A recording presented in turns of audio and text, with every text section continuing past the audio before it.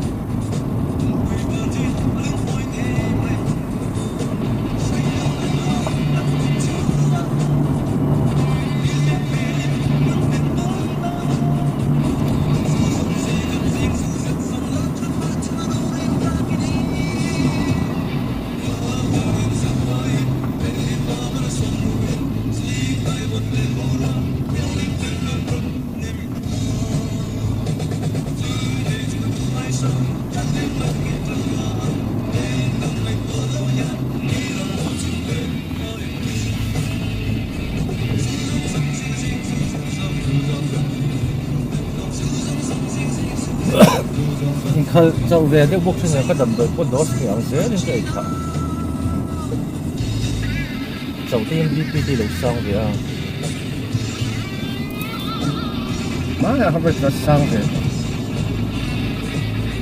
nhầm vô ổn các em mong một chút nữa nói lại còn nè nó thật xuống đâu anh có phá lộng thì hiểm bò thì trong đầu chào tập đi pin hiểm đi pin ấp sập thế sang pro thật xuống đầu ta stop cho phải ăn luôn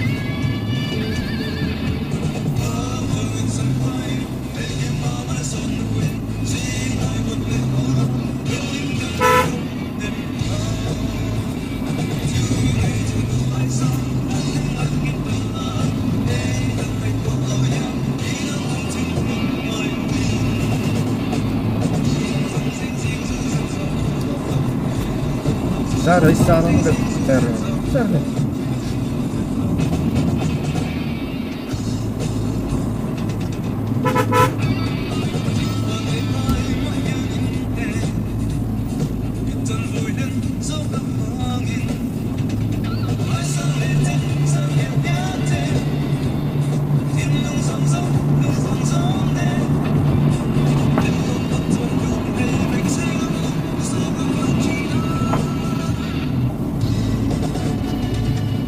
Hiram parva yang tlan hi yang lo roching part lang hi an tlan an liang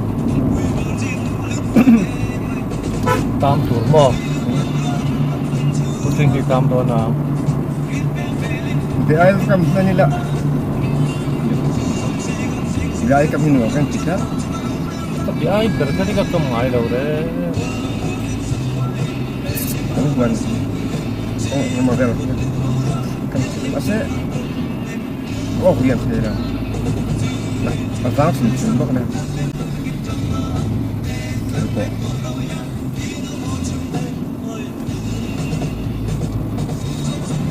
Barung. Apa juga?